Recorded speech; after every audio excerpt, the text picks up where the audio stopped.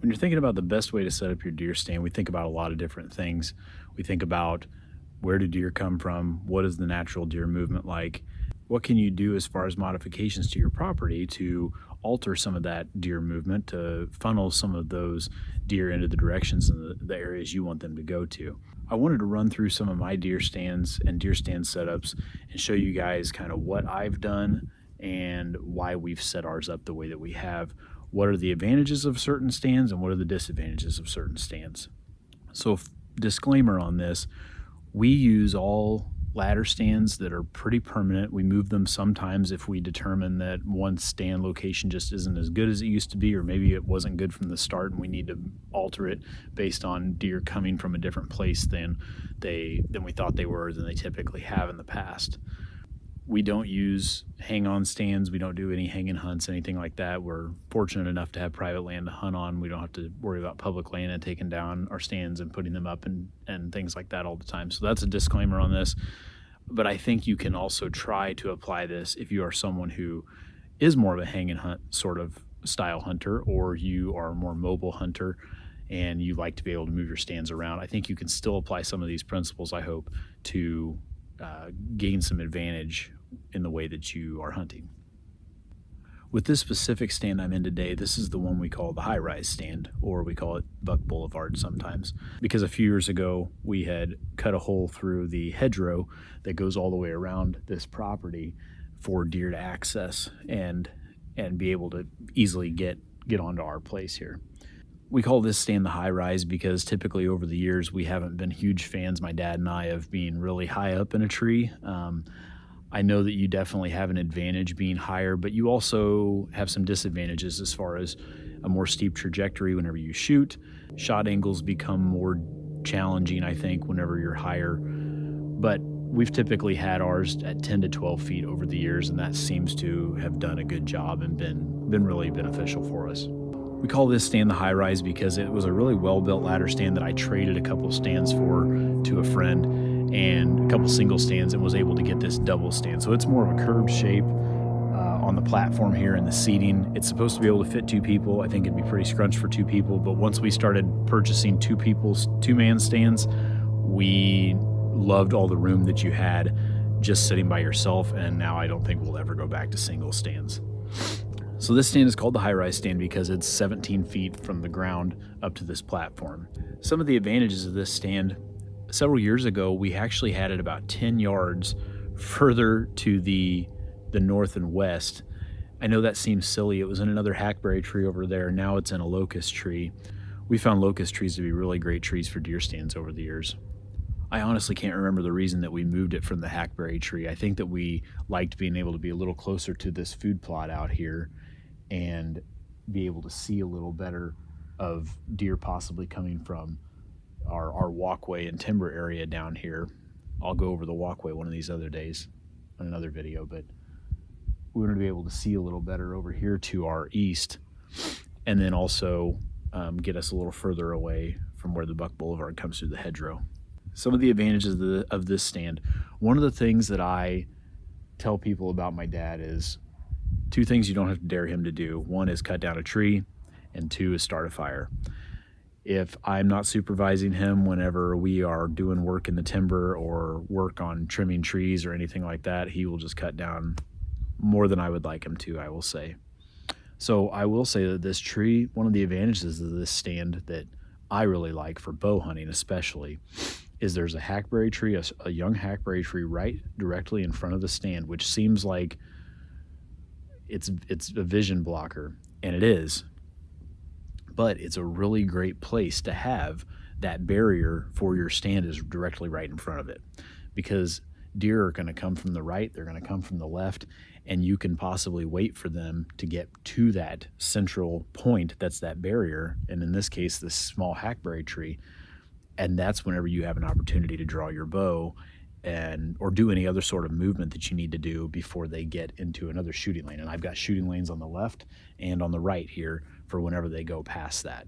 So a lot of the time the deer will come from the corner up here of the neighboring property, and they'll come down through there, and then whenever they make their way down across the food plot or down the path we have here, they will walk by this hackberry tree. That's your opportunity then to draw your bow and get ready to shoot. And they can't see you, especially when you're talking about right now, this time of year. We're in February. It's after deer season. This is not December, January. That tree is not as effective as it could be in September and October. In the warmer part of the season, you've got a bunch of leaves and foliage on that tree that even hide you that much more. Yes, it makes it harder to see what's out there, but we're only talking about 60, 70 yards out in front of you here to where deer are going to be. So you're going to see them come from one way or the other anyway. Once you get to December, January, even maybe November, all the leaves are gone off of this tree, so all you're relying on then are the branches and the twigs and all that, which still does a good job at breaking you up. And whenever you go to draw your bow, especially if the deer is walking through, if they're moving past that tree at the same time you're moving, I think it's a little more difficult to pick up movement. If they're standing still and you're drawing your bow, I think they're more likely to see you. But that's a really great advantage to this stand. The other advantage to this stand is over to my left here, to the east. Deer come out of the timber, they come out of the walkway area down here, and there's a lot of oak trees, hedge trees, different types of trees down here that give a lot of great cover for you. It can be a little more challenging to see deer coming before they're almost past that, but if you're paying attention, then you can catch a glimpse of them or catch some movement, be able to grab your bow, and I hang my bow right up here. Be able to grab your bow and then get ready, and whenever they're about ready to walk through there, that's when you can draw. There's also a locust limb that's coming out right here above me that heads down. That gives a little more cover. So if they were able to walk through this window, this shooting lane here, and they walk through that limb, you can probably draw your bow there too, and they may not see you. And then you've got a small shooting lane here between this hackberry tree and that locust branch. So that's a lot of the advantages to this stand. Is there's good cover for you as the hunter to be able to get your bow drawn, do any sort of movement that you need to do to prevent the deer from seeing you while you're doing that, and be able to get a shot off. Some disadvantages to this stand. Unfortunately, the Buck Boulevard is a bit of a disadvantage because I'm right on top of it.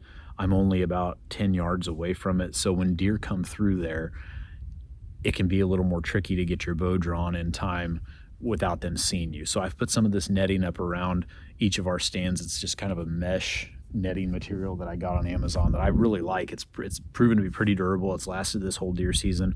We'll see what it's like next year. I know I've seen a few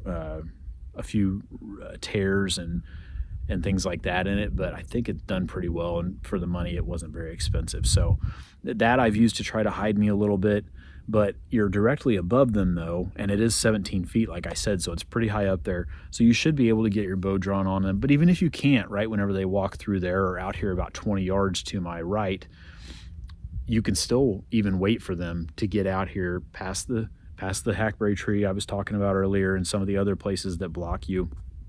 You can wait for them to get out there and then still have an opportunity to get a shot off and get your bow drawn. All that being said, shooting lanes are awesome whenever it comes to being able to have a barrier between you and the deer that you can get your bow drawn, but they can also be a hindrance or a disadvantage, because if you do miss your opportunity, now they're out of your shooting lane, maybe they continue to go in one direction that's taking them farther away from where your stand is, and you're going to miss your opportunity. So it can be a blessing and a curse to have these shooting lanes and have yourself hidden, but if you don't have yourself hidden at all, it can be very challenging to get drawn on a deer. One other advantage to this stand is we've put in the biggest food plot we have here. It's about a quarter acre. It's about 90 yards long by about 50 yards wide. And we try to make sure we get a good amount of spring food in there and get a good amount of fall food in there. That doesn't always work out, but when it does, it's a great place. I mean, I've had pictures of, sometimes up to 9 to 10 deer out in this field in one picture. There could be even more that were out there that weren't even in the picture. So there's definitely a lot of deer activity out in this food plot, and it makes for a really great place to hunt. I put in one of my other videos I do about food plot screening and why you should screen your food plot.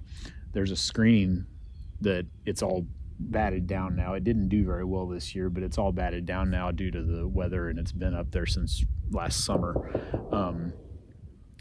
It is on the the south side of this food plot. And so that can kind of funnel those deer almost as a fence. Like, of course, they can go through it and munch on some of the milo or something like that, but it kind of directs them and keeps them closer to the stand. And it gives me a yardage marker, because I know that stand, or that screening is about 35 yards from my stand. And so I know that anything within that's on this side of that screening, I don't have to do a whole lot of range finding and guesswork and things like that. I know that they're within probably about that 30-yard range. And so that makes it a lot easier to determine what pin to use when you're going to make a shot. And then we also put a food plot in here at this spot right down basically underneath this stand, a small one, and that's just another source of food that you can attract these deer in to get a shot on them. So I hope that's helpful to you all in planning how to set your stand up, how to make it as effective and advantageous for you as a hunter. I plan to do this with some of our other stands and bring those videos to you in the future. Thank you for watching Farming for Whitetails. We'll see you next time.